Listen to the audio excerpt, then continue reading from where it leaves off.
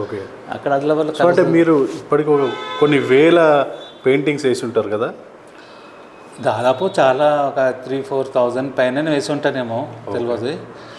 నేను మళ్ళీ తర్వాత ఏమైంది, ఫైన్ ఆర్ట్స్ కాలేజీలో ముందు ఈ వెంకటేశ్వర స్వామి వేశాను కదా. అయితే పెద్ద స్టూడియో అతను ఒక ఊరేగింపు, ఆయనకు బాగా నచ్చింది ఆ పెయింటింగ్. నాకు 2 డ్రెస్సులు గిఫ్ట్ ఇచ్చారు, కొబ్బరికాయలు ఇచ్చాడు, 11 కొబ్బరికాయలు ఇచ్చాడు. నాకు కాళ్ళు మొక్కడం మొదలెట్టిండు. అంటే ఏమంత అభిమానం.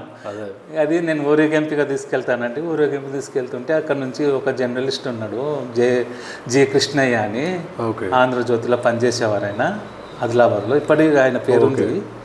అయితే ఆయన చూసి ఇది ఆదిలాబాద్ డిస్టిక్లో ఇంత వెనుకబడ్డ డిస్టిక్లో ఎవరబ్బాయి ఆర్టిస్ట్ అని నాకు అడ్రస్ కావాలంటే ఆ స్టూడియో అతను ఇచ్చాడు, ఇక పలానా చోట ఉంటాడు, వెళ్ళండి.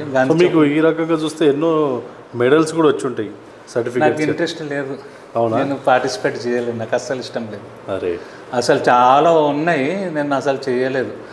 ఒకటి బలవంతంగా హైదరాబాద్లో ఒకటి బతుకమ్మ మీద ఒకటి కాంపిటీషన్ చేశారు, దాంట్లో ప్రైజ్ వచ్చింది, ఫస్ట్ ప్రైజ్. ఓకే. నాకెందుకో మళ్ళీ కొంతమంది కష్టపడతారు కదా, వాళ్ళని చూస్తే నాకు ఒక విధంగా అనిపించింది, మనం ప్రైజ్ పొందడం ఏంటి, వాళ్ళు కూడా కష్టపడతారు కదా, వాళ్ళకి కాంపిటీషన్ వెళ్ళడం. మీకు శాలరీ పరంగా ఎట్లా, మరి ఏదైనా కంపెనీలో చేస్తారా లేదంటే మీ సొంతంగానే చేసుకోవడమా?